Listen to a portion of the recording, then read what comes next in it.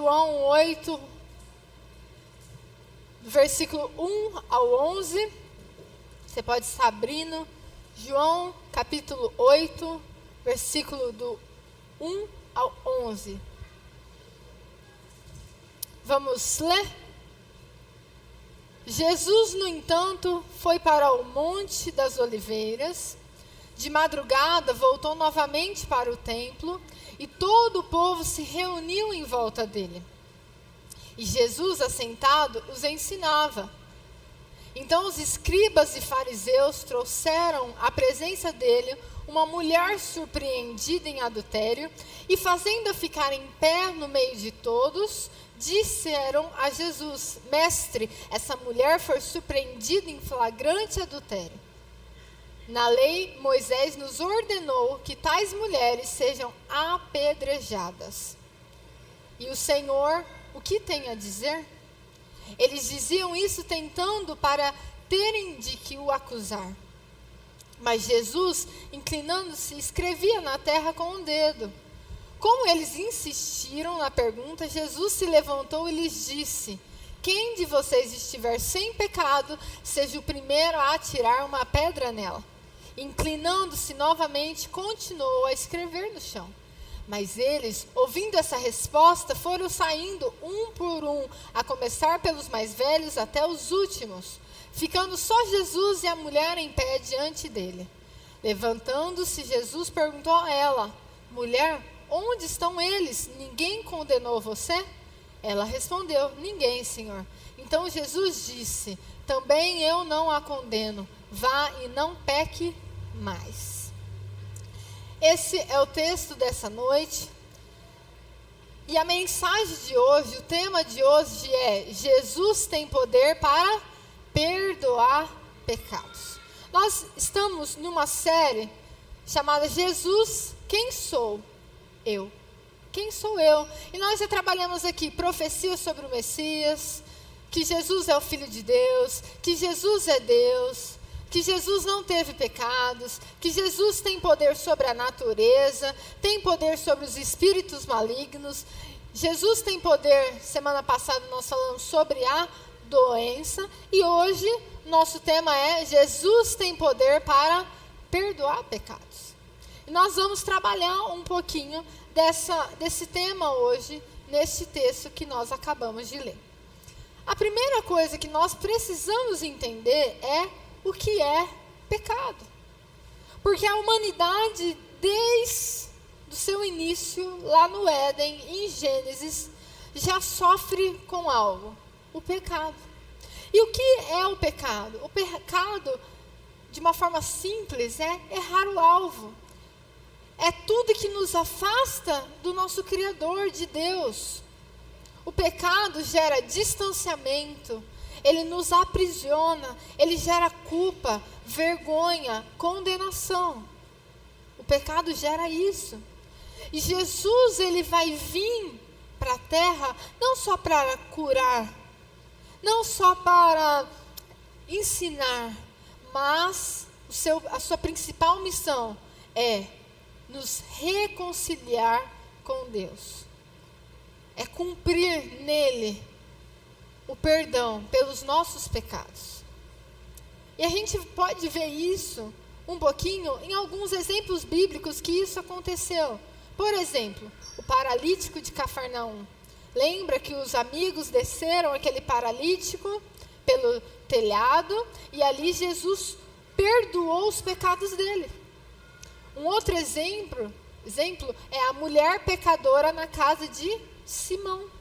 Não sei se vocês lembram dessa história. Uma mulher que se ajoelha aos pés de Jesus, coloca um perfume e seca com os seus próprios cabelos. E Jesus ali também perdoa os seus pecados. Um outro exemplo é o homem enfermo no tanque de Betesda. Esse homem estava há 38 anos acometido de uma doença. Ele buscava isso. E Jesus olha para aquele homem que estava há 38 anos ali e diz: os teus pecados estão perdoados. Não peques mais, para que não te suceda coisa pior. E hoje nós vamos ver a história da mulher adúltera. Nós vamos entender um pouquinho dessa história e trabalhar aqui versículo por versículo, tá bom? Vamos lá então? Primeira coisa que nós precisamos entender é aonde o texto está se passando, o contexto da passagem. E esse contexto começa lá de João 7, mostrando a festa dos tabernáculos. E ali o texto que eu coloquei é João 8:1, que diz assim: Jesus, no entanto, foi para o Monte das Oliveiras, de madrugada voltou novamente para o templo, e todo o povo se reuniu em volta dele. E Jesus, assentado, os ensinava. Essa festa dos tabernáculos é uma das 3 grandes festas judaicas. E essa festa foi instituída pelo próprio Deus em Levítico 20:10. E Levítico 23, e diz assim: 7 dias habitareis em tendas, para que saibam as vossas gerações que eu fiz habitar os filhos de Israel em tendas, quando os tirei da terra do Egito. Então eles comemoravam por 7 dias, para rememorar o quê? Aquilo que Deus fez por eles no deserto. Eles ficaram 40 anos no deserto, e ali eles habitavam tendas. E nessa festa, eles também habitavam em tendas, cabanas improvisadas. E no meio dessa festa que Jesus está, ele começa a ensinar. Ele começa a ensinar o povo, ali no templo. Em uma dessas idas e vindas, o que aconteceu? Jesus se retira para orar, e após orar, ele volta no templo novamente para ensinar. E nesse contexto que ele volta para ensinar, vão trazer aqui uma mulher que foi pega em adultério. O texto diz assim: então os escribas e fariseus trouxeram à presença dele uma mulher surpreendida em adultério, e fazendo-a ficar de pé no meio de todos, disseram a Jesus: Mestre, essa mulher foi surpreendida em flagrante adultério. Na lei, Moisés nos ordenou que tais mulheres sejam apedrejadas. E o Senhor, o que tem a dizer? Eles diziam isso tentando para terem do que acusar. Mas Jesus, inclinando-se, escrevia na terra com o dedo. A primeira coisa que o texto trabalha aqui é que escribas e fariseus trouxeram na presença dele uma mulher que foi pega em quê? Em flagrante, no ato do adultério. Essa mulher foi pega. E trouxeram e colocaram ali, em uma exposição de vergonha, em pé diante de todos, acusando. Quem são esses homens? Vamos conhecer um pouquinho. Quem são os escribas? Os escribas eram os estudiosos da lei. Eles copiavam a lei, ensinavam e explicavam ao povo a lei. Eram os doutores, mestres daquela época, da lei, da Torá. E tinha uma grande influência, tanto na social ali, quanto ali política também. Os fariseus já eram um grupo religioso e político judaico, e eles estavam ali para pôr em cumprimento a lei de Moisés, tanto a parte escrita quanto a parte oral da lei. Então eles faziam ali cumprir a lei, cumprir aqueles escritos, aquilo que Moisés tinha dado a eles. E ali então, esses escribas e fariseus, eles vão trazer, vão trazer então essa mulher. Mas Jesus conhece o coração do homem e sabia que a intenção deles não era o cumprimento da lei. Não era, sabe por quê? Levítico 20:10, agora sim, Levítico 20:10, vai falar para nós que quando alguém é pego em adultério, ou pratica o adultério, ele deveria ser apedrejado. Mas eles ressaltam ali que as mulheres deveriam ser apedrejadas, mas a lei de Moisés não. A lei de Moisés era tanto para os homens quanto para as mulheres. Revelando ali que não era só apenas o que eles queriam era cumprir a lei, porque se quisessem cumprir a lei, eles teriam também trazido o homem. Eles queriam tentar Jesus. A mulher, a situação que ela estava ali, era uma situação que ela estava sendo acusada de algo que não tem como ela escapar. Não tem desculpas, não tem como ela justificar aquele erro. Mas Jesus conhecia o coração deles e sabia que o que eles estavam tentando fazer era incriminá-lo. Como? Se ele condenasse aquela mulher com a lei de Moisés, ele seria o quê? Severo demais. Mas se ele não cumprisse a lei de Moisés, ele estava negligenciando a lei de Moisés. E então teríamos um problema. Poderiam acusá-lo ele. Mas não faz. E aí, Jesus vai começar a confrontá-los. Confrontar o quê? A hipocrisia deles. Olha o texto. Como eles insistiam na pergunta, Jesus se levantou e lhes disse: quem de vocês estiver sem pecado, seja o primeiro a tirar uma pedra nela. E, inclinando-se novamente, continuou a escrever no chão. Mas eles, ouvindo essa resposta, foram saindo um por um, a começar pelos mais velhos até os últimos, ficando só Jesus e a mulher em pé diante dele. Jesus vai começar a confrontar aqueles mestres. Jesus vai começar a confrontar aquelas pessoas que estão acusando. De forma extraordinária, Jesus não está deixando a lei de Moisés de lado. Porque ele diz assim: quem não tiver pecado, atire a pedra. Cumpra a lei. Cumpra o que está escrito. Mas ao mesmo tempo, Jesus está confrontando eles, porque eles estão acusando ela, mas eles também tinham pecados, que muitas vezes não estavam sendo exposto ali. O pecado daquela mulher estava em exposição, mas todos nós temos pecados. Romanos vai dizer isso, pois todos pecaram e carecem da glória de Deus.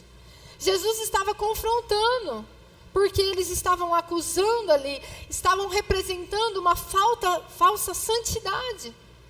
Ali eles estavam exercendo a justiça própria. O que seria isso? Confiar em suas obras, aparências, mas não na graça de Deus. Eles estavam apontando para aquela mulher.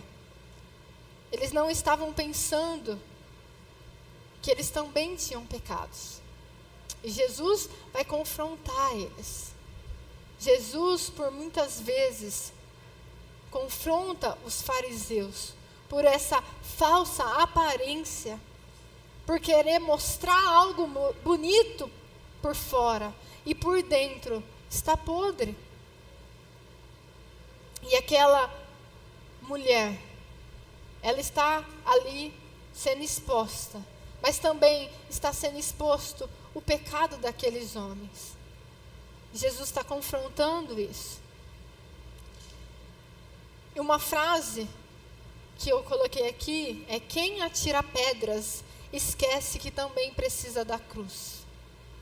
Quem atira pedras esquece que também precisa da cruz. Aqueles homens não estavam entendendo que eles também careciam do perdão que ele oferecia. Eles não estavam entendendo isso. E Jesus fala para eles, e a consciência daqueles homens vão pesando. E vai saindo um por um. Um por um decide sair, começando pelos mais velhos até os mais novos. Eles vão entendendo que eles não tinham o direito de condená-la também. E vai saindo um por um. E aquela mulher, então, ela vai ficar diante de Jesus. Só ela e Jesus. olha o que o texto diz. Levantando-se, Jesus perguntou a ela: mulher, onde estão eles? Ninguém condenou você? Ela respondeu: ninguém, Senhor. Então Jesus disse: também eu não a condeno.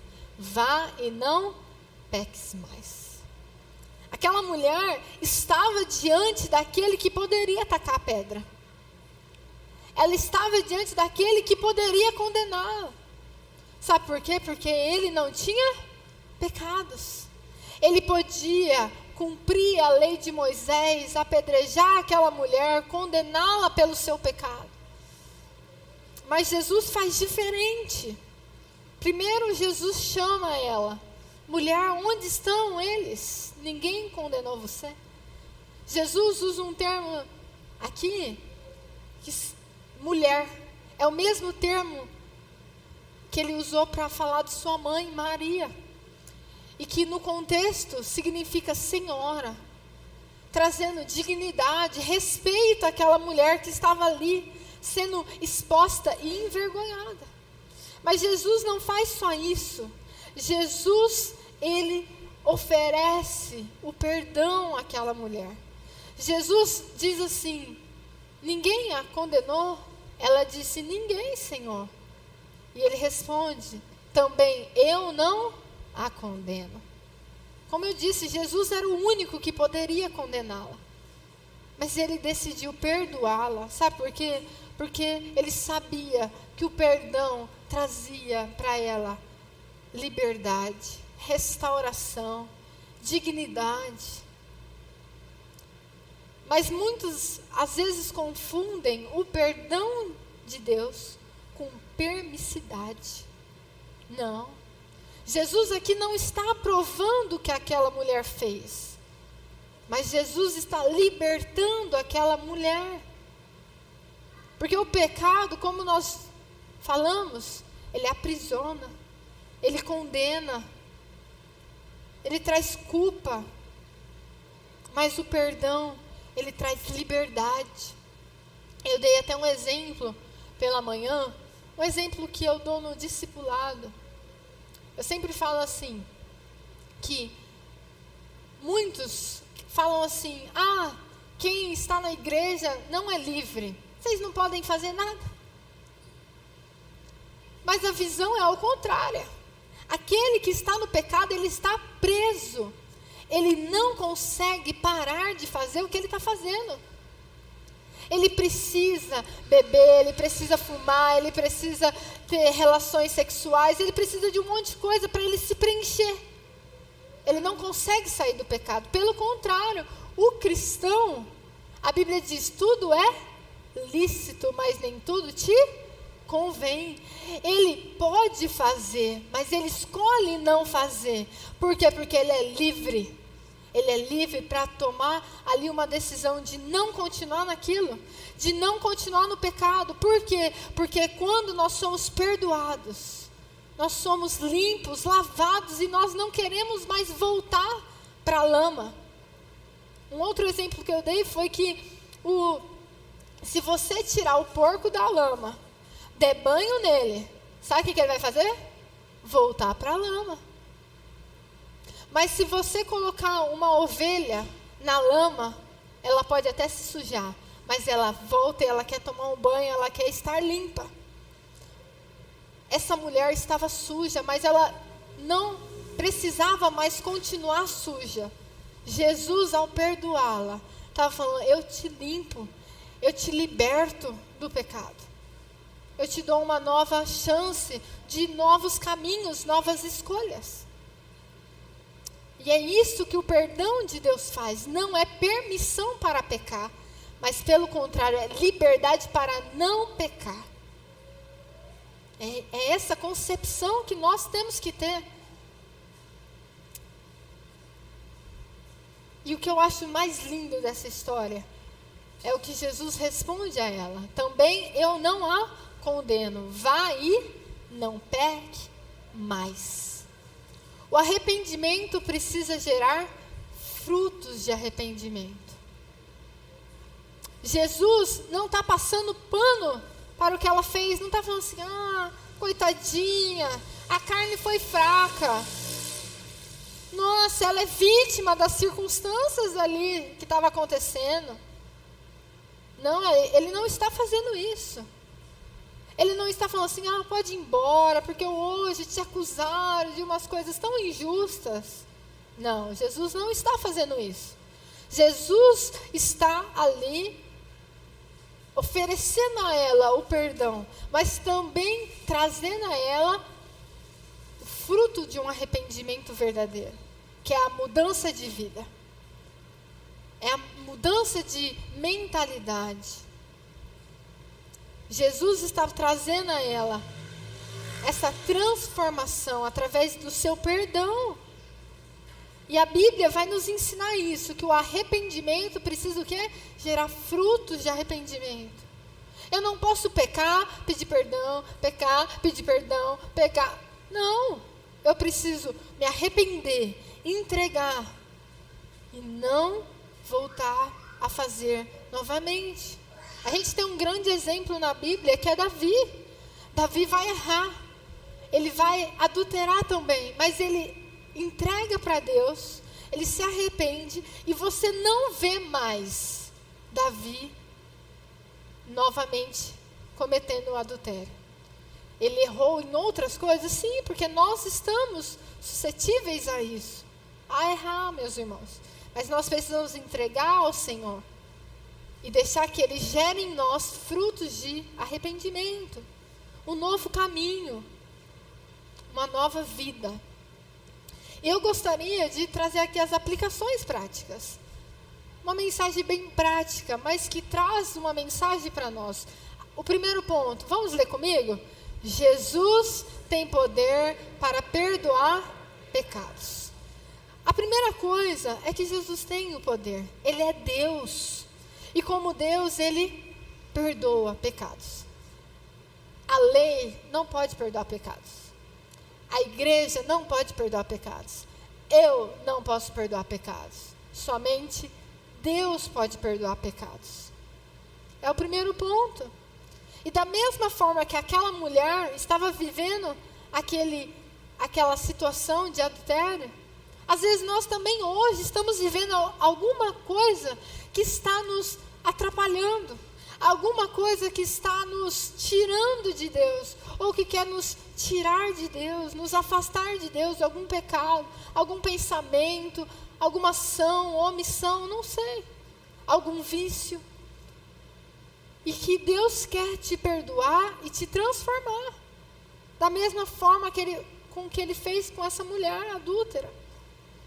Romanos vai declarar isso, que nós estamos o quê? Destituídos da glória de Deus. Mas a graça de Deus não está longe, distante de nós. A graça de Deus se fez homem, esteve entre nós, morreu numa cruz, pagou pelos nossos pecados e nos deu hoje a chance de estarmos com Ele, de estarmos em comunhão com Ele. Aqueles que creem em Jesus são nova criatura. Mas não só Jesus tem poder para perdoar pecados, como nós temos que aceitar o perdão. Olha lá, aceitar o perdão é uma necessidade. Por muitas vezes nós não aceitamos o perdão. Por muitas vezes nós falamos, Senhor, eu errei com isso, e você sabe, entregou, até mudou de vida, mas você não aceita. Você fica se martirizando, fica se culpando e não aceita o perdão. Mas quando nós não aceitamos o perdão, sabe o que nós estamos falando para Deus? Que a cruz não foi suficiente. Nós estamos falando, Jesus, legal que você morreu na cruz por mim, mas não foi o suficiente para eu perdoar. Se Jesus morreu na cruz e nos libertou, e se a cruz é suficiente, nós precisamos receber, entregar e seguir. Como essa mulher aqui, ela precisa agora levantar e dali para frente seguir, aceitar. aceitar o perdão de Deus. O perdão não muda o que nós fizemos, ele muda quem nós seremos. Ele muda quem nós somos diante de Deus.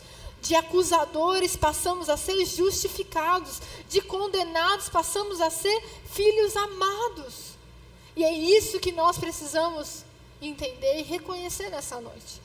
E por último, o louvor pode subir. Nós precisamos viver uma vida nova.